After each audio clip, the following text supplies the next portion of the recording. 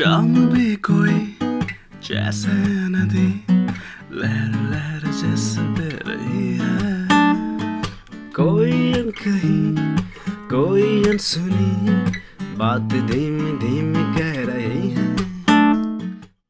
नमस्कार CDCN के दर्शकों, स्वागत है आप सभी का फिर से हमारे एर्किसेशन के एपिसोड नंबर 4 में।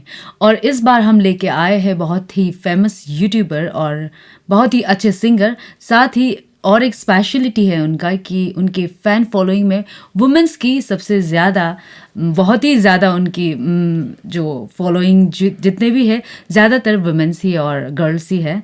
और उनका नाम है लेंजिंग डोमिन। तो वेलकम लेंजिंग हमारे स्टूडियो में आने के लिए और हमारे स्टूडियो का शोभा बढ़ाने के लिए आके। Thank you so much for inviting.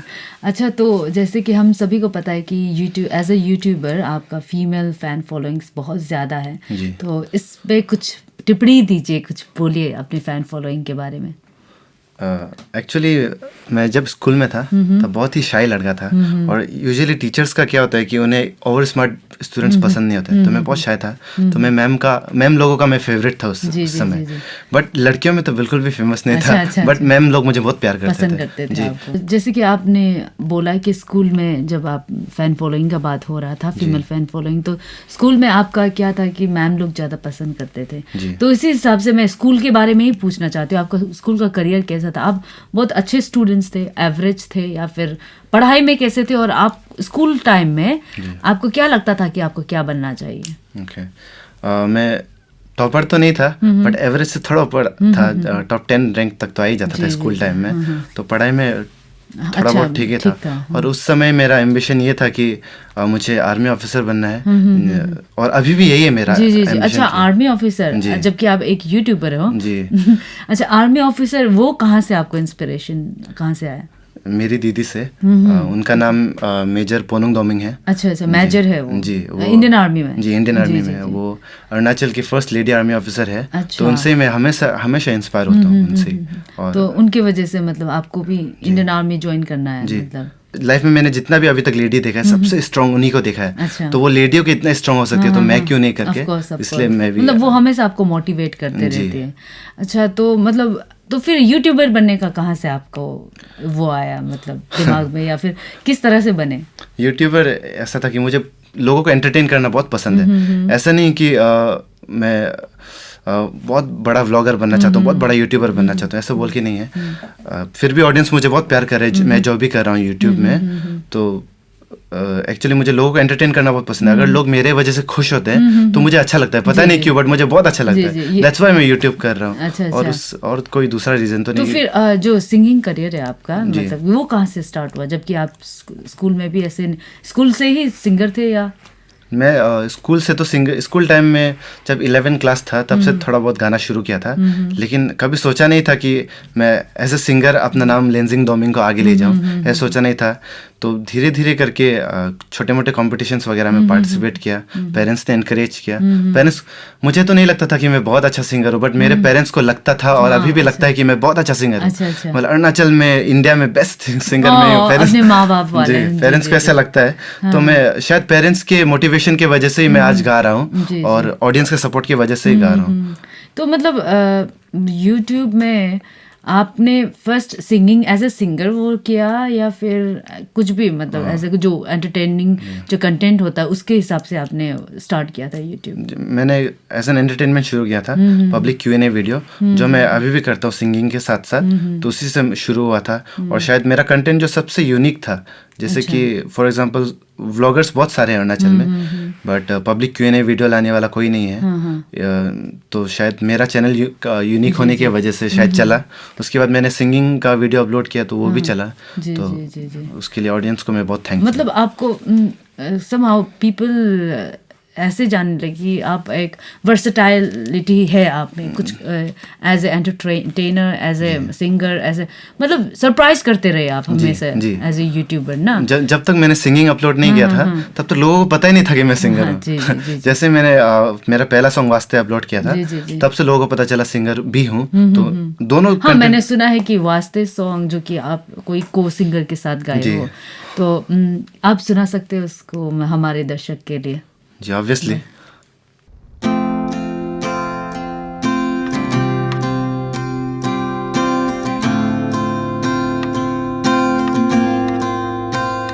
वास्ते जा भी दूं, मैं गवाही माँ भी दूं, किस्मतों का लिखा मोड़ दूं। बदले में मैं तेरे जो खुदा खुद भी दे, जन्नते सच कहूँ छोड़ दूं। तुमसे ज्यादा मैं ना जानूं, तुमसे खुद को मैं पहचानूं, तुमको बस मैं अपना मानूं मैया। वास्ते जा भी दूं, मैं गवाही माँ भी दूं, किस्मतों का लिखा मोड़ दूं।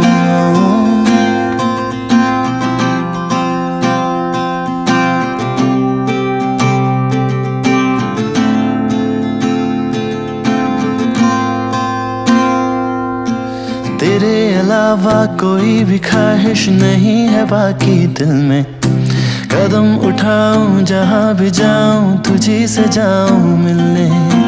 तेरे अलावा कोई भी ख्वाहिश नहीं है बाकी दिल में, कदम उठाऊं जहां भी जाऊं तुझी से जाऊं।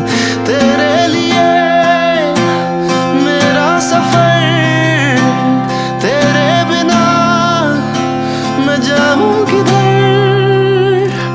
तुमसे ज्यादा मैं ना जानूं, तुमसे खुद को मैं पहचानूं, तुमको बस मैं अपना मानूं माहिया।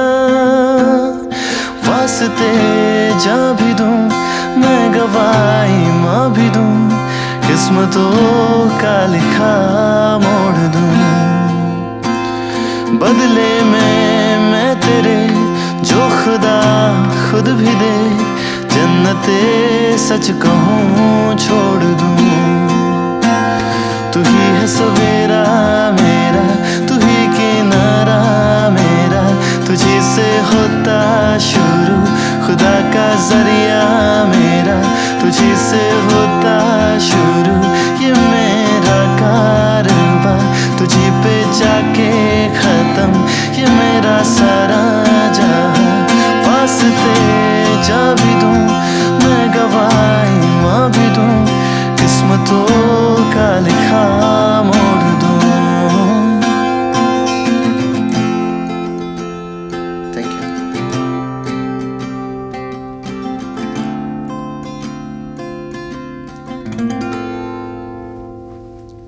अभी अभी हमने आपका वास्ते गाना सुना, बहुत ही ज़्यादा एंटरटेनिंग था और बहुत ही मतलब मेलोडियस था। इसीलिए मतलब मैं आज ही देख रही हूँ आपका यूट्यूब सॉन्ग जो आपने आज हमारे सामने में जो पेश किया है, और जो यूट्यूब में देखा है उसके बाद जब अभी मैंने लाइव देखा वो अलग ही मज़ा है इसमें।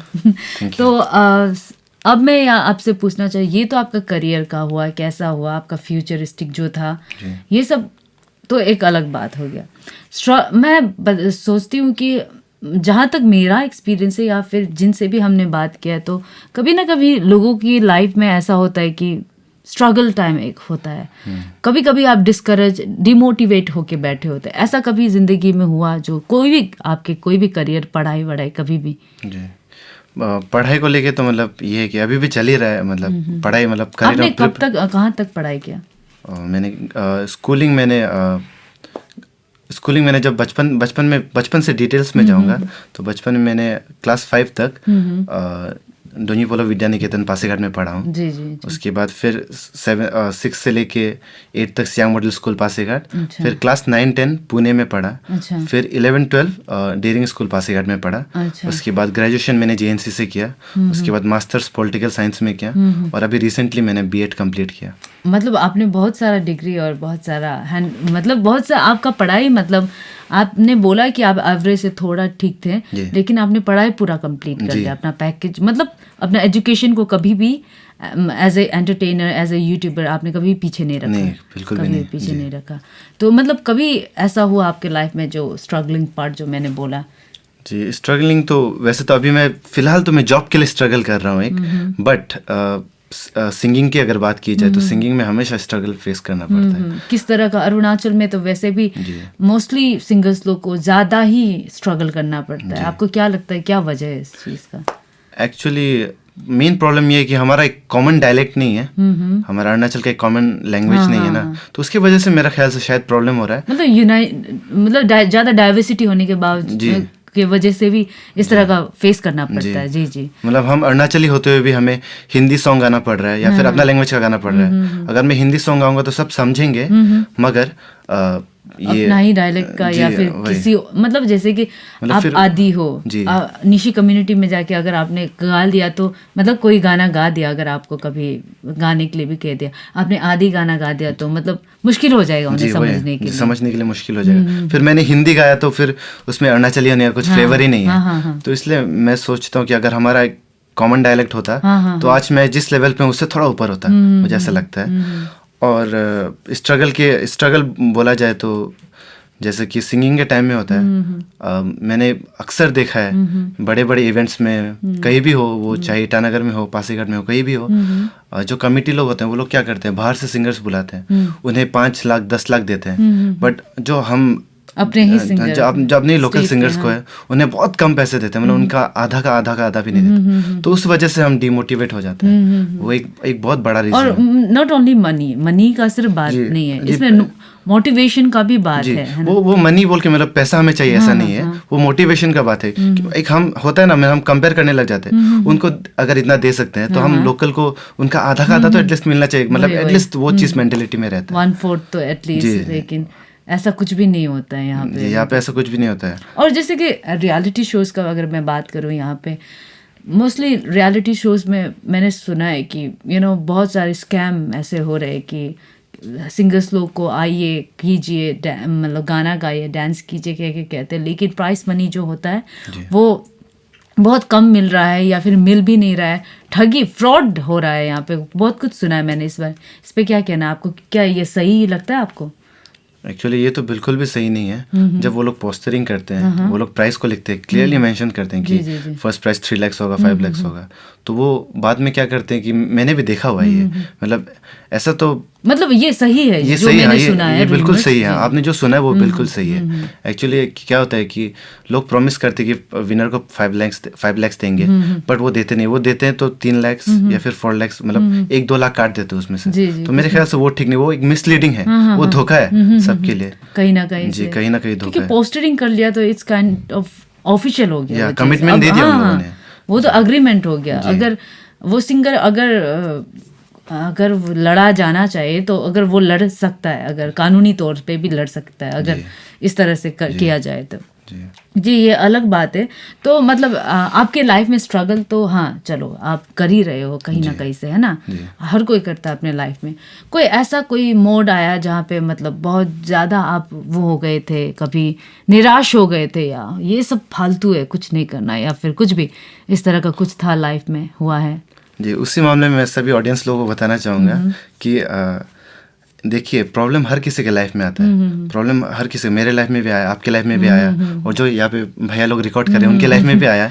बट उन्हें फेस करना चाहिए मेरे ख्याल में। तो मेरे लाइफ में भी ऐसा बहुत सारा प्रॉब्लम आया, बट मैंने आज तक कभी मतलब उसको अपने ऊपर हावी होने नहीं, ओवरकम करने नहीं दिया। तो जैसे कि मैं स्टेटस में भी देखता हूँ, फेसबुक में हो या इंस्टाग्राम में हो, my life is so sad, मेरे साथ ही ऐसा क्यों होता है, मतलब मेरे साथ ही भगवान ने ऐसा क्यों किया, मैं जीना नहीं चाहता। तो वो चीज़ देख के मैं थक गया हूँ। तो मैं चाहता हूँ कि एक ही लाइफ है, एंजॉय करो, चाहे भले ही आप स्ट्रगल कर रहे हो तो वो स्ट्रगल भी एक फेस है, आप लाइफ पर स्ट्रगल नहीं करोगे, आप फ्यूचर में भी मजा से लेना है, उससे भी मतलब उससे भी एक टीचिंग लो, क्योंकि वो स्ट्रगल ही आपके फ्यूचर में काम आएगा। मैं वही कहना चाहूँगा, उसमें दुख होने की कुछ भी बात नहीं, वो एक लाइफ का एक फेस है जो चला जाएगा। इसके बाद ये तो हो गया स्ट्रगलिंग का बाद, आपको लाइफ में इनकरेजमेंट किसने दिया और बहुत ज़्यादा इंस्पायर किया, या फिर किसी को देख के आप बहुत ज़्यादा इंस्पायर्ड हुए, या फिर कोई सेलिब्रिटी या फिर अपने फैमिली मेम्बर? तो जैसे आपने बताया अपनी दीदी है, उसके बाद मतलब कोई सेलिब्रिटी या फिर कोई भी जिसे आप आइडल मानते हो? सलमान खान। हाँ, आपको क्या अच्छा लगता है उनका? सलमान खान एक ऐसे एक्टर हैं, बहुत टैलेंटेड एक्टर है, वो अलग बात है, बट वो एक ऐसे इंसान है जो बहुत अमीर है अपने एक्टिंग के वजह से। वो हाईएस्ट पेड एक्टर में से इंडिया के। तो वो क्या करते हैं, वो अपना जो पैसा है वो पूरा अपना पास नहीं रखते, वो गरीबों को मदद करते हैं, जो रॉबिन हुड पांडे कह सकते जी, हो। तो वो चीज़ मुझे बहुत अच्छा लगता है उनका, और मेरा भी एम्बिशन यही है उन्हीं की तरह, अगर मैं फ्यूचर में कुछ भी करके अगर अमीर हो जाऊं या फिर खुद को खुद इस्टेब्लिश हो जाऊं ना, तो मैं भी सलमान खान की तरह ही मदद करना चाहूँगा। एक मेरा एम्बिशन है। जी जी जी, जैसे कि एज ए सोशल वर्कर आप मतलब इस चीज़ में बिलीव करते हो, लोगों का हेल्प करने में। जी जी, बहुत अच्छी बात है। तो मतलब अब मैं सबसे पहले तो ऑफकोर्स आपको बुलाया गया है आपकी आवाज़ सुनने के लिए, तो मैं चाहती हूँ कि आपका ज़िंदगी का सबसे जो डीपेस्ट मोमेंट में जो आप गाना गाते थे, वो वाला एक गाना कुछ सुना दीजिए हमारे दर्शक के लिए।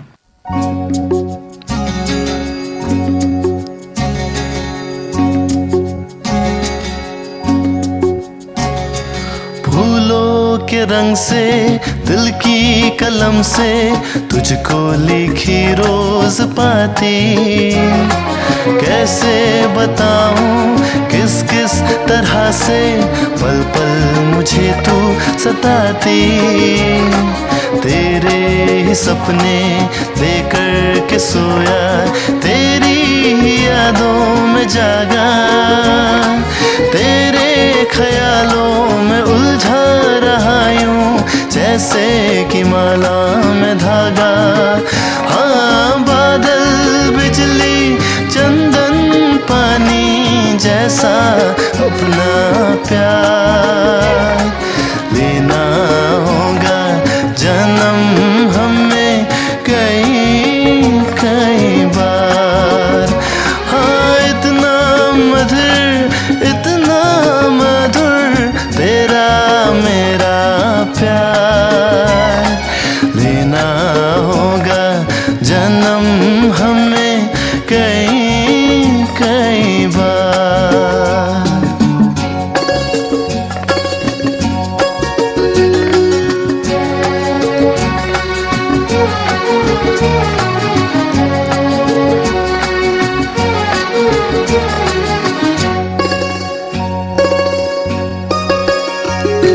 सांसों की सरगम, धड़कन की वीणा, सपनों की गीतांजलि तू, मन की गली में महके जो हरदम ऐसी चूही की कली तू।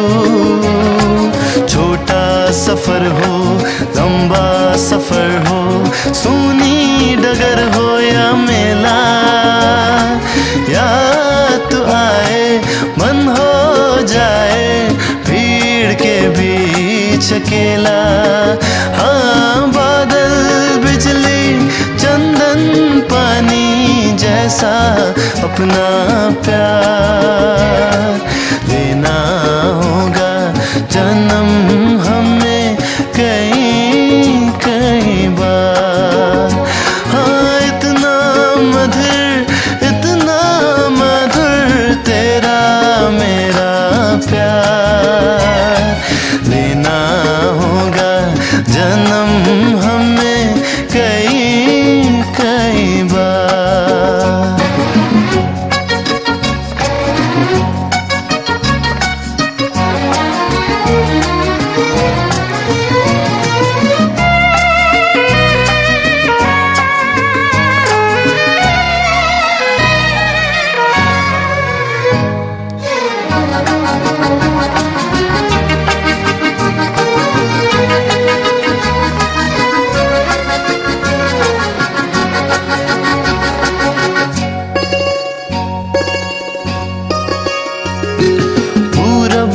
पश्चिम उत्तर हो दक्षिण, तू हर जगह मुस्कुराए। जितना भी जाऊं मैं दूर तुझसे, उतनी ही तू पास आए। आंधी ने रोका, पानी ने टोका, दुनिया ने हंसकर पुकारा। तस्वीर तेरी लेकिन लिए मैं कर आया सबसे किनारा।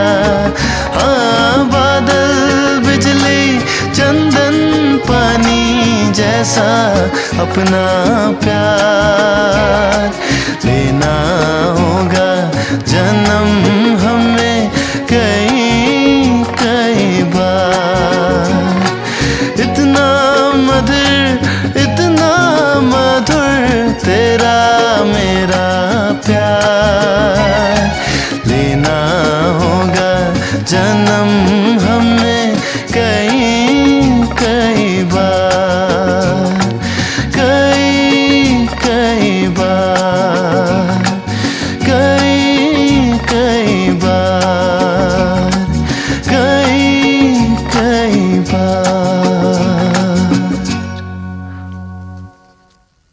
तो लेंजिन अभी आपने बताया कि आपके एनकरेजमेंट में जो सलमान खान सबसे पहले प्रायोरिटी में मतलब सबसे नंबर 1 में आते हैं जी। तो इसके बाद मैं आपका लाइफ आपके ही लाइफ के बारे में जो आपका ये तो स्ट्रगल हो गया, इनकरेजमेंट हो गया, अब ये बताइए कि सबसे मज़ेदार नाइट, ठीक है, जब आप गए कहीं पे परफॉर्म किया और लोग मतलब झूम उठे आपके, इस तरह का कभी कोई एक्सपीरियंस हुआ और प्लीज़ उसका थोड़ा शेयर कर दीजिए। जी, पासीघाट की बात है। जब मैं पासीघाट में था, अभी भी पासीघाट से हूँ बट अभी ईटानगर में रह रहा हूँ। तो पासीघाट में स्मार्ट सिटी फंक्शन हुआ था 2018 के जनवरी में। तब उसमें बहुत सारे मिनिस्टर्स आए हुए थे, हमारे ऑनरेबल सीएम सर भी आए हुए थे और एमपीस आए हुए थे, एमएलएस आए हुए थे और ऑडियंस तो पूरा भर गया था फील्ड से। तो उसमें मैं बहुत खुश हो गया था ऑडियंस को देख, क्योंकि जब भी और पासीघाट में मैंने देखा है बहुत सारे मतलब यूनाइटी वहाँ के लोगों का ना बहुत अच्छी तरह से मतलब सपोर्ट अच्छा करते हैं एक दूसरा को। और आप पासीघाट में जाओगे ना, आपको हर ट्राइब के लोग मिल जाएंगे। जैसे कि पासीघाट में गालो है, आदि तो है ही, उसके बाद इवन पूरा इंडियन लोग मिल जाएंगे आपको, बस पंजाबी लोग भी है, भोजपुरी वहाँ पे बसे हुए हैं ना पहले से, मतलब बहुत यूनिटी है पासीघाट में। उसके बाद तो फील्ड में भर्ती हो गया था। तो मेरा एज ए सिंगर ये मानना है कि मतलब मैं ऐसा सोचता हूँ कि अगर ऑडियंस कम है तो गाने में मज़ा नहीं है, ऑडियंस ज़्यादा है तो गाने में मज़ा है। मतलब ऑडियंस से ही हम हैं जी, ऑडियंस है तो ही हम हैं जी। इसलिए मैं मतलब अपने जो यूट्यूब के जितने भी मुझे देखते हैं ना, अगर उन्होंने मुझे चैनल को सब्सक्राइब नहीं भी किया होगा बट उन्होंने मुझे देखा तो उनको मैं बहुत बहुत थैंक यू कहना चाहूँगा। क्योंकि उनके ही वजह से, व्यूअर्स के वजह से हम हैं, व्यूअर्स की वजह से ही मतलब आज लोग मुझे थोड़ा बहुत भी जानते हैं। स्पेशली आप भी जान गए हो, इसलिए मुझे यहाँ पे बुलाया। मतलब हमारे व्यूअर्स को मैं ये भी बता दूं कि आपकी वजह से आज हम ये बैठे हुए कर रहे हैं ना, तो उन लोगों का बहुत मतलब योगदान होता है हमारे लाइफ में। तो मतलब क्या कौन सा एक्सपीरियंस रहा था? जी, उसी तरह वो स्मार्ट सिटी नाइट था तो उसमें बहुत सारे लोग आए थे, तब मैं जोश में आ गया था, पता नहीं उसमें खुद घुस गया था मेरे अंदर। तब मैंने एक गाना परफॉर्म किया था, आदि सॉन्ग है सैसा सीना करके, वो हमारे लेट मार्तो कामदक जी ने गाया था। तो वो बहुत अच्छा गाना है। तो बहुत सालों के बाद किसी ने वो गाना को परफॉर्म किया था जो कि मैंने किया था, तो ऑडियंस को बहुत पसंद आया। इवन जितने भी मिनिस्टर्स थे वो लोग भी खड़े होकर ताली बजाने लग गए थे और मैं इतना जोश में झूम उठे थे, सब नाचने लगे थे। और मैं इतना जोश में आ गया था कि मैं स्टेज से नीचे उतर के ऑडियंस के सामने में घूम के गा रहा था, माइक पकड़ के, सुपरस्टार वाला। जी, सुपरस्टार वाला। तो वही मेरा अभी तक का बेस्ट नाइट रहा है। मतलब ठीक है, तब तो सुना दीजिए हमारे ऑडियंस को आपके साई साई सेना वाला परफॉर्मेंस। जी, ऑब्वियसली मैं जैसे वैसे वहाँ पे गाया था एक्जैक्टली वैसे ही गा के सुना देता। शायद हमारे ऑडियंस भी झूम उठे। जी, उसमें मैंने डांस भी किया था, लेकिन आज तो डांस नहीं कर सकता। ठीक है, कोई बात नहीं, कभी दिन फिर देख लेंगे। जी, ठीक है। मैं अभी आप सभी के सामने साई साई सेना परफॉर्म करने वाला हूँ और मेरा गिटारिस्ट है मेरा भाई सुमन तेली। तो चलिए शुरू करते हैं। इनका भी एक खुद का यूट्यूब चैनल है, इनका भी खुद का एक यूट्यूब चैनल है जिसका नाम है सुमन तेली। चलिए शुरू करते हैं।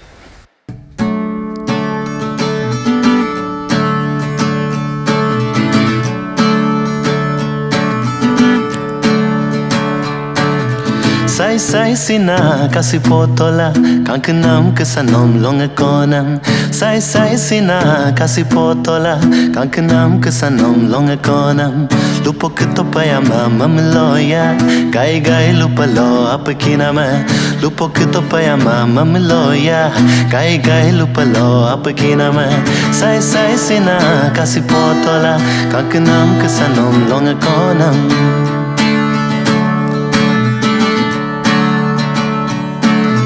Lotel kapat kologe rum sup ap gadupa doni dade bosulai lupo man molagapa polo yirbom du yarman karik longe ayarman sidom denge mapaka goodbye mam supalo lupo kitopaya mam loya gai gai lupalo apakinama lupo kitopaya mam loya gai gai lupalo apakinama sai sai sina kasi potola kankenam kesanom longe konam.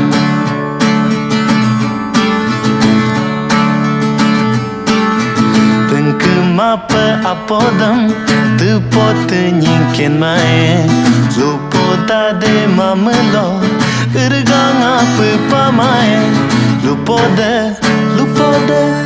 kankena kangkene ayade sisanya lupode kangkene ayade sisanya no sei kodalbi sukto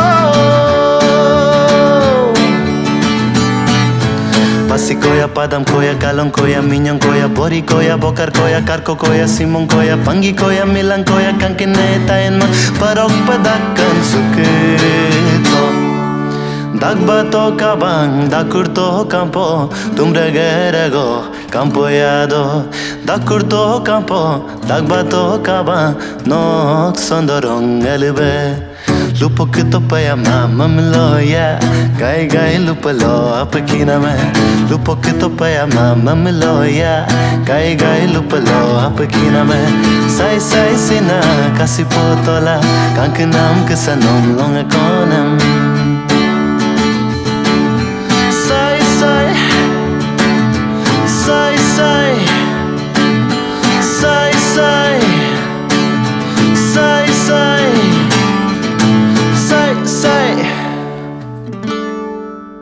तो आपका performance देखे लग रहा है कि सच में शायद झूम उठे होंगे वो टाइम को भी लोग।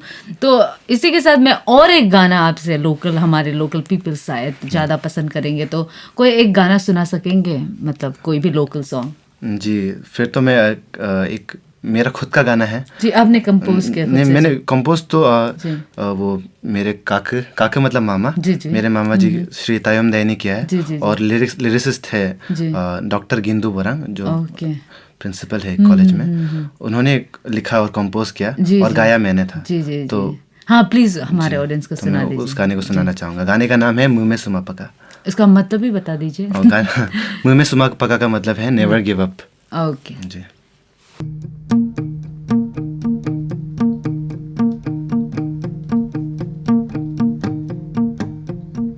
मुँह में सुमा पकानो या ikaw kom मुँह में सुमा पकानो mami ka kom मुँह में सुमा पकानो या ikaw kom मुँह में सुमा पकानो mami ka kom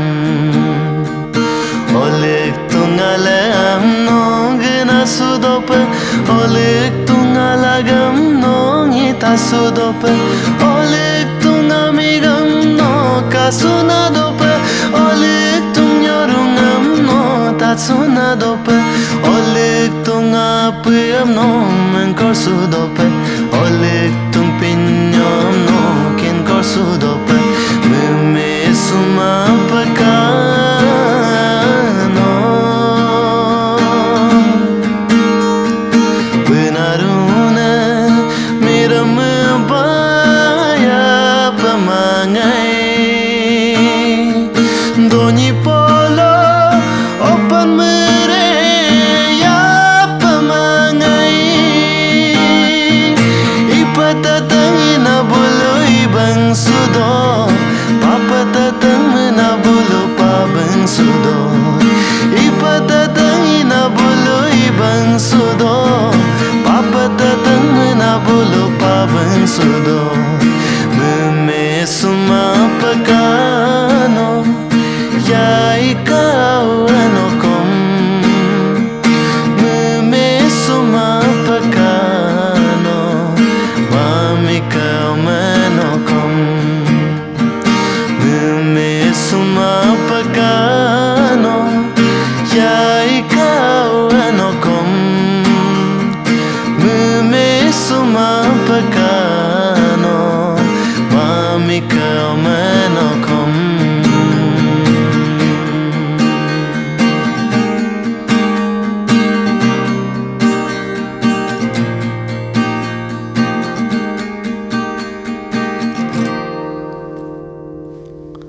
तो आपने जो अभी गाना सुना है, जो नया कंपोज किया है, मतलब अभी तक आया है, अभी तक रिलीज हुआ है? जी रिलीज तो नहीं हुआ है एक्चुअली। गाना जो बहुत पहले गा चुका था, मतलब रिकॉर्ड कर चुका था, बट वीडियो नहीं बना था और मेरे चैनल में अपलोड नहीं हुआ था। तो हम ये थोड़े दिनों बाद मैं चैनल में अपलोड करने जा रहा हूँ। जी जी, मतलब एक्सक्लूसिवली हम लोग को फर्स्ट जी मैं फर्स्ट टाइम मैं यही पे गा रहा हूँ। जी जी जी जी, thank you so much for that.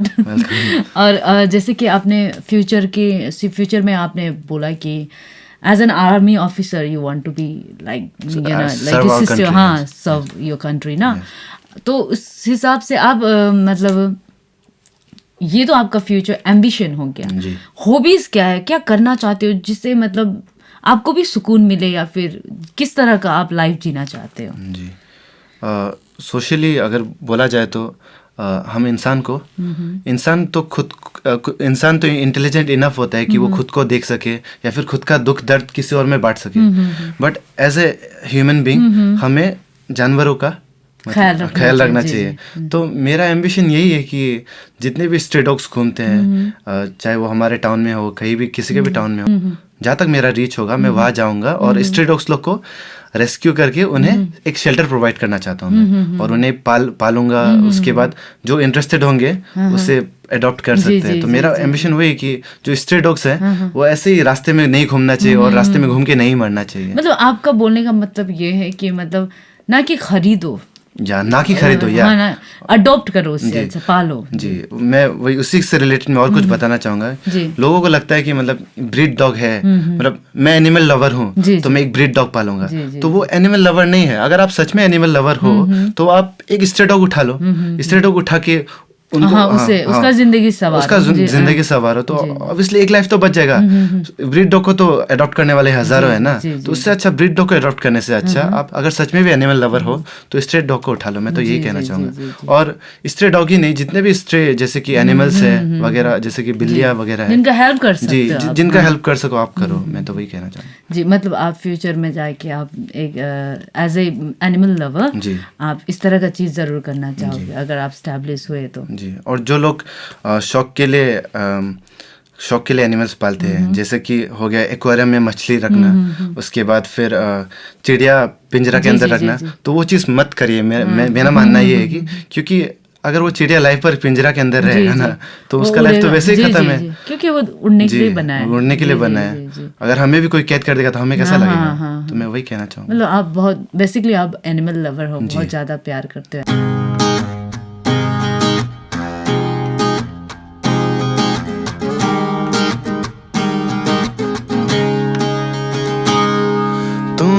नज़्म सा मेरे होठों पे ठहर जा, मैं ख्वाब सा तेरी आँखों में जागू रे। तू इश्क सा मेरे रूह में आके बस जा, जिस और तेरी शहनाई उस और में भागूं रे।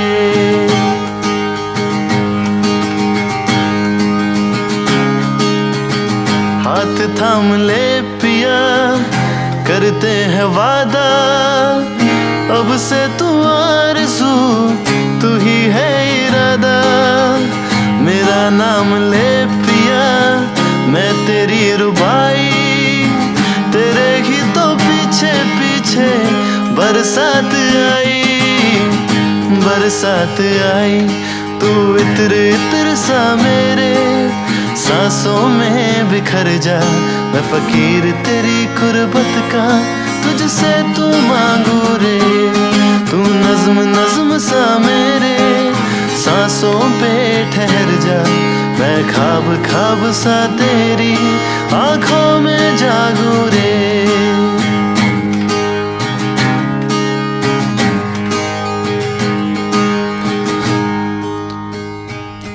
मेरे दिल के लिफाफे में तेरा खत है जानिया, तेरा खत है जानिया। ना चीज न कैसे पाली जन्नत ये जानिया वे।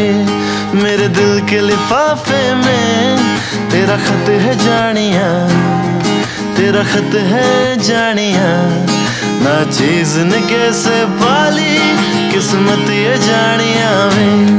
तू नज़्म सा मेरे होठों पे ठहर जा, मैं ख्वाब सा तेरी आँखों में जागू रे।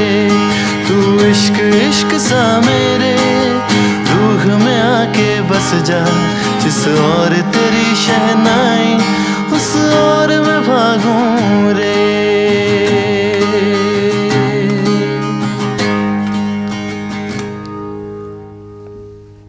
अच्छा, जो ये तो आपने बताया अपने बारे में, जो आप एनिमल लवर हो और आप मतलब एनिमल्स को हमेशा हेल्प करना चाहते हो, तो इसी तरीके से मैं अब ये लास्ट क्वेश्चन पूछना चाहती हूँ आपको ये शो में कि एज ए यूट्यूबर आप क्या सजेस्ट करोगे, जो हमारे सोसाइटी में यूट्यूबर छोटे छोटे बच्चे भी आ गए हैं, मोस्टली पीपल्स लोग, मोस्टली बच्चे भी ऐसे हो गए और लड़के लड़कियां भी ऐसे हो गए कि उन लोग को सोशल मीडिया ही सबसे बड़ा लगता है। ओके, उन लोग कहीं ना कहीं से उन लोग ज़्यादा ही इन्वॉल्व हो चुके हैं, अपने लाइफ को भी उन लोग ने इन्वॉल्व कर दिया इस चीज़ में, तो उन लोगों को क्या आप सजेस्ट करोगे? और एज ए यूट्यूबर उन लोगों को अच्छा यूट्यूबर बनना है, ओके, ब्लॉगर बनना है, तो उन लोगों को क्या क्या मतलब स्टेप्स करना चाहिए या फिर क्या सिखाओगे आप? जी, और सबसे पहले तो मैं एक ट्रुथ ही बताना चाहूँगा आप लोगों को, ऑडियंस लोगों को, मतलब आप लोगों को भी। तो लोगों को लगता है कि यूट्यूबर आप बन जाओगे तो आप बहुत बड़ा सेलिब्रिटी बन जाओगे। ऑब्वियसली लोग आपको जानेंगे, अलग अलग जगह के लोग जानेंगे आपको, आपका फेस रिकॉग्नाइज हो चुका होगा, वो अच्छी बात है। बट अगर आप, मैं तो यही कहना चाहूँगी कि यूट्यूब को अभी के स्टेज में, अगर बाद में मिलियन सब्सक्राइबर्स हो जाएगा तब अलग बात है, लेकिन अभी के इनिशियल स्टेज में आप यूट्यूब को एज ए प्रोफेशन मत लो। जैसा कि मैंने भी यूट्यूब में चाहो तो मैं 3-4 साल पहले शुरू कर सकता था, बट मैंने अभी क्यों शुरू किया, क्योंकि मेरा ग्रेजुएशन खत्म हो गया 3 साल पहले, फिर मास्टर्स भी कंप्लीट हो गया, रिसेंटली बीएड भी कंप्लीट किया। तो मैं चाहता हूँ कि आप लोग पहले अपना पढ़ाई कंप्लीट कर लीजिए, उसके बाद यूट्यूब में अगर घुसना है तो अगर एज ए हॉबी करिए, बट उसे एज ए प्रोफेशन कभी मत लीजिएगा, क्योंकि क्या पता आपका यूट्यूब बाद में आपका साथ दे या ना दे, लेकिन जो आपका जॉब होगा, पढ़ाई है, वो तो आपका साथ देगा ना।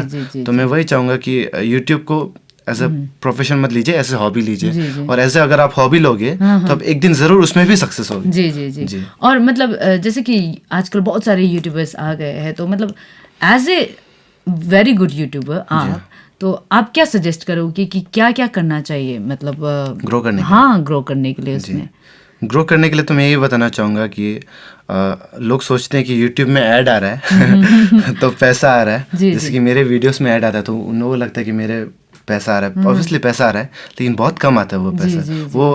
वो पैसा इतना भी इनफ नहीं कि मैं उस पैसे से नेक्स्ट गाना बना सकूं, तो बहुत कम आता है पैसा। इन्वेस्टमेंट मतलब सबसे ज्यादा जरूरी है पहले। नहीं, ऐसा तो नहीं है, यूट्यूब में इन्वेस्टमेंट जरूरी नहीं, मतलब जैसे कि आपने कवर सॉन्ग बनाया या फिर कोई भी सॉन्ग, तो उसके लिए तो इन्वेस्ट करना पड़ेगा, तब जाके ही मतलब उसके लिए अगर वो गाना भी, अभी ये तो जुआ खेला जैसा हो गया, अब आपने इतना पैसा डाल दिया, अब आपका यूट्यूबर मतलब फॉलोवर्स लोग आएंगे या नहीं, ये भी तो एक जुआ ही हो गया, जैसे फिल्म बनाना इसी तरीके से। मतलब एक वो कंटेंट के ऊपर डिपेंड करता है। जैसे कि अगर आप एक सिंपल कंटेंट बना रहे हो, जैसे कि मैंने पब्लिक Q&A बनाया था, अगर इसमें तो उसमें खर्चा नहीं होगा, और जैसे कि आप मेरी तरह स्टूडियो में जाके रिकॉर्ड करते हो सॉन्ग्स वगैरह, तो उसमें खर्चा होगा। कंटेंट के ऊपर डिपेंड करता है। अगर उस कंटेंट में खर्चा हो रहा है आपका, तो मैं आप लोगों को झूठ नहीं बोलूँगा, आप लोगों को खर्चा करना ही पड़ेगा, ताकि आप लोग, अगर आप लोगों को आगे बढ़ना है। लेकिन अगर उस कंटेंट में पैसा खर्चा नहीं हो रहा है, तो उसी कंटेंट को आगे लेके चलिए, अगर वो चैनल में चल रहा है तो। एंड मैं ग्रो करने के लिए तो यही बताना चाहूँगा ऑडियंस को कि आप यूट्यूब को अगर ऐसे हॉबी लोगे, एज एंजॉय करोगे यूट्यूब को, तभी आप आगे बढ़ पाओगे। जैसे कि आप ऐड आ रहा है, पैसा मतलब मेरे में पैसा नहीं आया, बहुत कम आ रहा है, अगर आप पैसों के लिए यूट्यूब करोगे ना, तो आप कभी आगे नहीं बढ़ पाओगे, क्योंकि आपको फ्रस्ट्रेशन आएगा, मैं इतना मेहनत कर रहा हूँ लेकिन इतना कम पैसा आ रहा है ना। जी, मैं यही कहना चाहूँगा, यूट्यूब को एंजॉय करिए, मतलब उसको एज अ प्रोफेशन अभी के लिए मत लीजिए, ऐसा हॉबी लीजिए, बाद में जब मिलियन सब्सक्राइबर्स हो जाएगा तब आप उसको प्रोफेशन बना सकते हो। Okay, thank you so much लेंजिन, जो हमारे स्टूडियो में आए और बहुत सारा इम्पोर्टेंस मतलब नोटिस या फिर बहुत सारा पॉइंट्स लोग आपने बताया हमारी मतलब यूट्यूबर्स या हमारे व्यूवर्स लोग, और इतना अच्छा एंटरटेन किया हम लोगों को, आपका इतना अच्छा सॉन्ग सुनाया आपने। थैंक यू सो मच लेंजिन। वेलकम। और मैं थैंक यू सो मच आपको भी, और जितने भी आपके क्रू मेंबर्स हैं सभी को, और आपके चैनल को मुझे यहाँ पे इन्वाइट करने के लिए, और सबसे बड़ा थैंक्स मेरे ऑडियंस को जो मुझे देखते हैं। जी फैंस तो मैं नहीं कहूँगा, क्योंकि मुझे नहीं लगता कि मैं उस लायक हूँ कि मैं किसी लड़की को या फिर किसी लड़के को जो मुझे एडमायर करते हैं मैं उसे फैंस बोलूँ। एज अ फ्रेंड कह सकते हैं। जी फ्रेंड, मैं किसी को भी फ्रेंड बनाने के लिए रेडी हूँ, फॉलोअर। जी, तो उनको मैं थैंक यू सो मच कहना चाहूँगा, क्योंकि अगर आप नहीं होते तो मतलब कोई मुझे जानता नहीं। आपके सब्सक्राइब करने की वजह से, आपके लाइक करने की वजह से, आपके शेयर करने की वजह से, आपके देखने की वजह से आज हाँ जो यूट्यूब में मैं ग्रो कर पा रहा हूँ, तो उसके लिए थैंक यू सो मच। तो दर्शकों, थैंक यू हमारे साथ बने रहने के लिए। हम आशा करते हैं कि आज का ये एपिसोड भी आप सभी को पसंद आया होगा। तो स्टे ट्यून विद द सीरीसियन, क्योंकि नेक्स्ट एपिसोड में भी हम फिर से लेके आएंगे ऐसे ही जाने माने एक बडिंग सिंगर और बहुत अच्छे सिंगर जिन्हें शायद आप फिर से पसंद करेंगे। Thank you so much.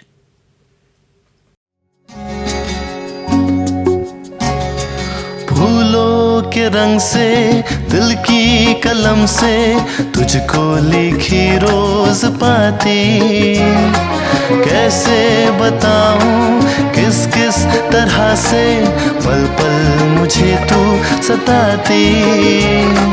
तेरे ही सपने लेकर के सोया, तेरी ही यादों में जागा, तेरे ख्यालों में उलझा रहा यूं जैसे कि माला में धागा। हाँ, बादल, बिजली, चंदन, पानी जैसा अपना